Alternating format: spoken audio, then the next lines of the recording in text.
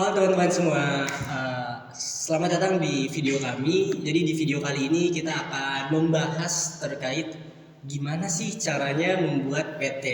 Nah, tapi teman-teman gak usah risau nih. Mungkin teman-teman lihat dari judulnya gimana caranya membuat PT, kelihatannya agak berat gitu kan pembahasannya ya. Iya. Tapi teman-teman gak usah risau, kita di sini bakal coba delivery ke teman-teman dengan bahasa yang mudah dipahami dan harapannya teman-teman bisa ngerti gitu dengan pembahasan kita ya. Dan disclaimer dulu nih ke teman-teman kalau kita semua, kalau aku dan rekanku ini bukan expert di bidangnya. Jadi kalau misalnya ada salah kata atau misalnya penjelasan yang kurang atau meleset bisa diperbaiki ya di Betul kolom sekali. komentar ini. Oke. Jadi sebelum lanjut ke pembahasannya, aku mau kenalan dulu nih. Boleh kan? Boleh. Boleh ya. Oke. Kenalin, nama aku Goni Ilman Zaidan, aku biasa dipanggil Goni dari Prodi Ekonomi Syariah semester 3. Nah, di sini aku gak sendiri, aku bareng rekanku, mungkin boleh kenalan? Halo semuanya, perkenalkan nama aku Zidni. Aku dan Goni itu sekelas. Betul. Jadi kami di sini sama-sama dari Prodi Ekonomi Syariah semester 3 di kampus Dis Alfa Bogor. Oke. Mungkin gitu aja kayak perkenalannya ya, gak usah banyak-banyak dengan lebih panjang-panjang ya. Mungkin nanti kalau pengen tahu lebih dalam, mungkin nanti kita bakal cantumin Instagram Zidni ya, jadi nanti ke Zidni aja. Oke, lanjut aja ke pembahasannya teman-teman ya. Kita hari ini kita mau ngebahas tentang gimana caranya membuat PT atau perusahaan perseroan terbatas. Oke, wow teman-teman, perseroan terbatas. Nah, jadi aku mau nanya nih ke hal dasar dulu nih ke Zidni. PT itu apa sih? PT itu secara hukum bisa dianggap sebagai individu buatan.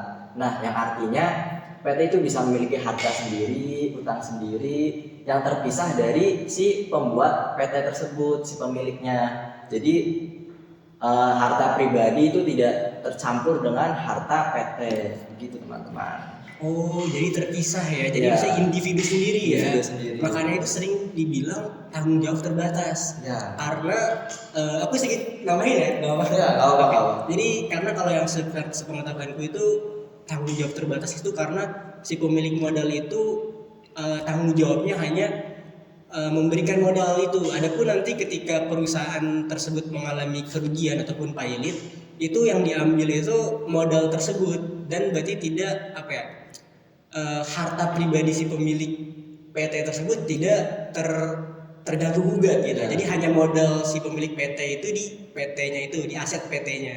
Oke.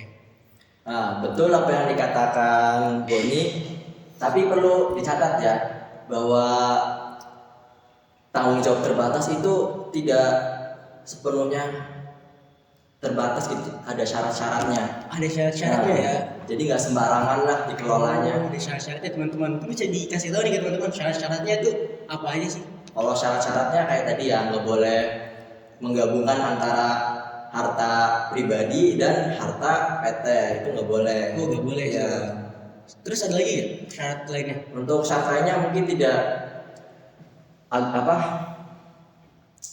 melanggar badan hukum, tidak melanggar hukum-hukum yang ada di Indonesia. Oh, berarti teman-teman harus di garis bawahi itu. Jadi enggak apa ya, tanggung jawab terbatas itu yang tadi aku jelasin, namanya jadi jelasin itu ketika ada kerugian ataupun pailit di suatu perusahaan, itu kan yang keambil cuman modal si pemiliknya itu doang. Ya, harta aset si PT itu. Harta aset PT-nya. Tapi itu bisa apa ya?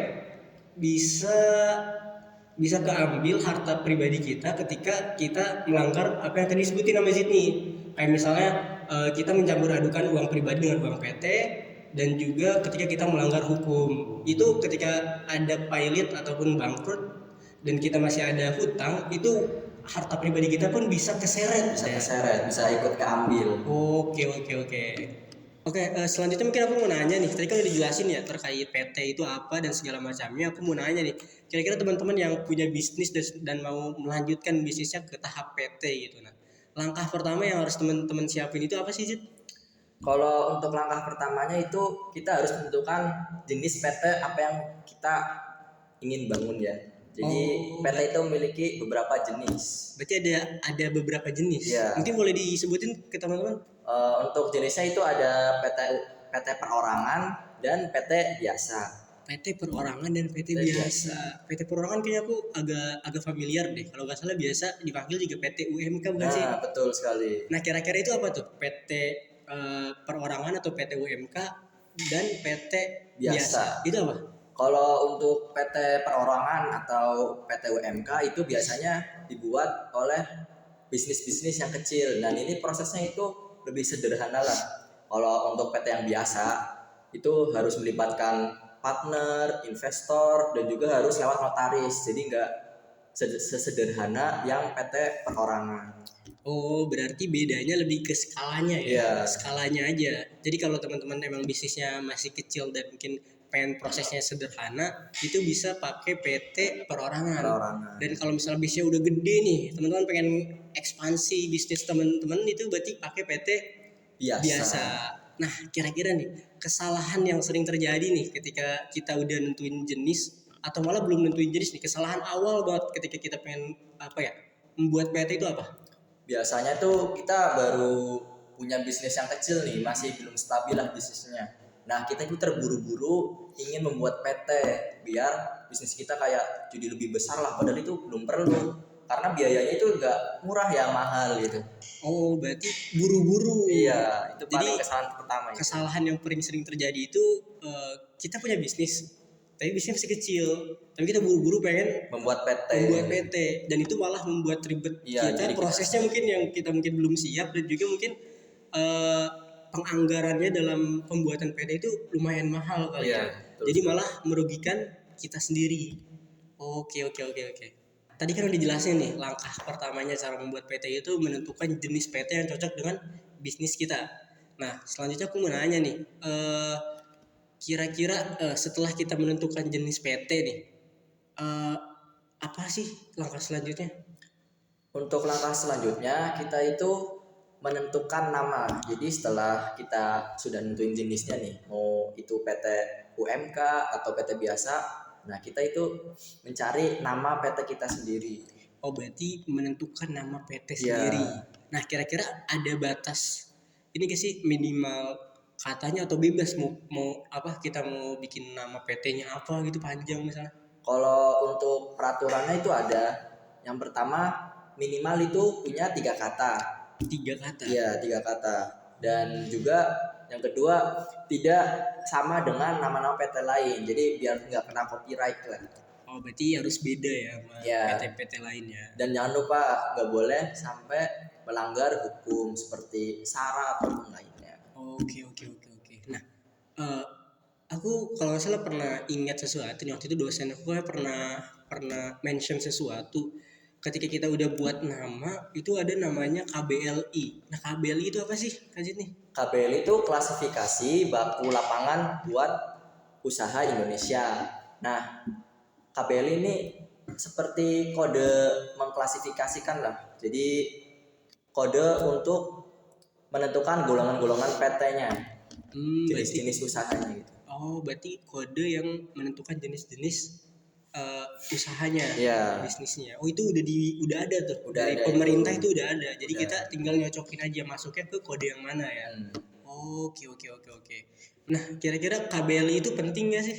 Nah, KBL itu sangat penting ya teman-teman, karena KBL itu harus sesuai apa yang usaha yang kita bakal kerjain. Jadi kalau misalnya usaha kita nggak sinkron dengan namanya atau KBL-nya itu bakal secara hukum itu tidak sah gitu. Oh, berarti di langkah awal itu kita harus menyelaraskan tuh Iya. antara jenis bisnis dan kode baku lapangan usaha Indonesia. Oke. Oke, tadi kan udah ngebahas tentang KBLI itu kan, apa itu KBLI dan kode-kodenya tuh kan yang harus selaras dengan jenis bisnis kita. Nah, kita nentuin jenis PT udah, KBLI udah. Terus juga kalau kita mau buat PT-nya itu PT biasa, itu kan kita harus lewatin prosesnya itu lewat notaris. Nah, kira-kira di notaris itu kita ngapain sih? Kalau untuk di notaris itu kita membuat akta dan juga anggaran dasar. Jadi saat kita mengajukan ingin membuat PT ke notaris akan membuatkan akta PT tersebut dan juga anggaran PT anggaran dasar PT tersebut. Oh, berarti ke notaris itu untuk pembuatan akta. Nah, kira-kira isinya itu apa aja sih biasanya di aktanya itu? Kalau untuk isinya itu ada pemegang saham, komisaris, direksi, dan juga modal serta kegiatan usahanya. Oh, oke. Berarti ada banyak tuh ya Ya, di dalam aktanya itu. Nah, terus kira-kira kalau udah kayak gitu tuh gimana tuh? Misalnya aktanya udah ada nih. untuk setelahnya ketika akte sudah diterbitkan oleh notaris, notaris akan mendaftarkannya ke Kementerian Hukum dan HAM. Oh, didaftarin ke Kementerian Ya. Hukum dan HAM. Nah, kira-kira kalau misalnya kita udah tadi udah buat aktanya di notaris, habis itu kita udah daftar di Kementerian Hukum dan HAM. Nah, kalau udah disahin sama Kementerian Hukum sama HAM itu gimana? Apa kita udah langsung jadi tuh PT atau gimana? Ya, kalau misalnya sudah disahin ya, PT itu udah dianggap secara hukum itu sudah jadi badan hukum negara lah. Jadi udah sah gitu di negara ini. Oh, udah resmi secara Ya. hukum negara. Oh, oke. Nah, tadi kan misalnya udah kita udah daftar akta kita udah kita daftarin ke Kementerian Hukum dan HAM. Nah, kira-kira kalau udah disahin tuh sama Kementerian Hukum dan HAM, itu PT kita udah bisa langsung beroperasi secara langsung atau gimana? Nah, ini kesalahan yang biasanya sering terjadi ya. Jadi sebelum PT itu beroperasi, kita itu harus mendaftarkan PT itu melalui OSS. OSS. Nah, OSS itu apa? OSS itu online single submission, yang gampangnya itu kita izin untuk membuka usaha melalui situs online-nya pemerintah. Jadi lewat online gitu. Oh, berarti izin secara online lah ya. Ya. Gampang kayak gitu ya. Jadi kalau udah daftar OSS nih, baru nanti terbit tuh NIB, NIB-nya terbit. NIB itu apa? Kalau untuk NIB itu nomor induk berusaha, jadi kayak NIK lah. Kalau kita kan punya NIK nih, nomor induk kependudukan. Jadi kita resmi nih, jadi warga Indonesia. Oh, berarti perusahaan sendiri, PT sendiri itu ada apa ya, nomor induknya juga ya? Iya. Nomor induk berusaha. Oke. Nah, kira-kira kalau misalnya kita nggak daftar OSS nih, kira-kira gimana dampaknya bagi kita nih? Kalau misalnya kita nggak daftar OSS itu PT-nya cuma ada dalam kertas doang, jadi cuma tertulis gitu. Nah, untuk secara hukumnya itu PT itu belum bisa atau belum boleh beroperasi. Jadi masih secara kertas saja. Oh, berarti harus daftar ke OSS supaya secara tertulis itu udah sah dan bisa langsung operasional secara langsung gitu ya? Iya, betul sekali. Oke. Baru sah jadi PT yang boleh beroperasi di Indonesia. Nah, misalnya tadi kita udah daftar OSS nih, kita udah dapat NIB-nya juga. Nah, berarti kan PT-nya udah bisa berjalan nih kan secara langsung kan, kita bisa Nah, operasional secara langsung. Nah, tapi kira-kira nih yang sering dilupain sama pembisnis nih, kayaknya semua langkah-langkahnya itu udah kita ikutin semua. Nah, tapi kira-kira ada gak sih yang sering dilupain sama pembisnis tuh setelah itu semua? Biasanya kalau udah ngelakuin langkah-langkah yang tadi, ada kelupaan nih satu. Itu membuat NPWP sama membuat bank yang atas nama PT tersebut. Nah, ini tuh kelihatannya sepele, padahal itu dampaknya gede banget nih. Jadi kalau misalnya uang kita tercampur sama uang PT, itu bakal hilang perlindungan hukumnya. Jadi si pemilik PT atau direksinya itu bakal kena tanggung jawab PT-nya. Harta pribadi itu bakal bisa diambil. Oh, berarti langkah yang biasa dilupain oleh pembisnis itu membuat NPWP PT dan juga rekening PT. Iya, betul sekali. Oke. Nah, tadi udah dijelasin nih kan sama Zidni kalau misalnya yang sering dilupain sama pembisnis nih ketika langkah-langkahnya udah dijalanin tadi dan juga PT udah bisa berjalan secara langsung itu pembuatan NPWP dan rekening atas nama PT itu sendiri. Kelihatannya sepele tapi dampaknya gede Iya. sebenarnya ya. Oke teman-teman, jadi intinya PT itu perseroan terbatas yang dimana itu individu terpisah ya dari kita, seperti yang tadi dijelasin di awal. Dan PT itu bukan cuma sekedar membuat akta doang supaya ada, tapi gimana kita mengikuti proses hukum nih yang benar dan menjalankannya secara tertib. Jadi teman-teman ketika mengikuti step-step yang tadi kita sampaikan itu tidak melanggar hukum ya. Berarti itu udah standarnya kurang lebih seperti itu ya. Ya, seperti itu. Oke, mungkin itu aja pembahasan kita teman-teman terkait gimana caranya membuat PT. Kalau misalnya ada salah-salah kata atau misalnya kurang ya, kita mohon maaf ya. Karena kita bukan spesialisnya. Bukan spesialis kita di sini, tapi kita hanya menyampaikan apa yang ilmu yang kita dapatkan aja kali ya. Supaya semoga bermanfaat bagi teman-teman semua. See you. Oke, see you, dadah.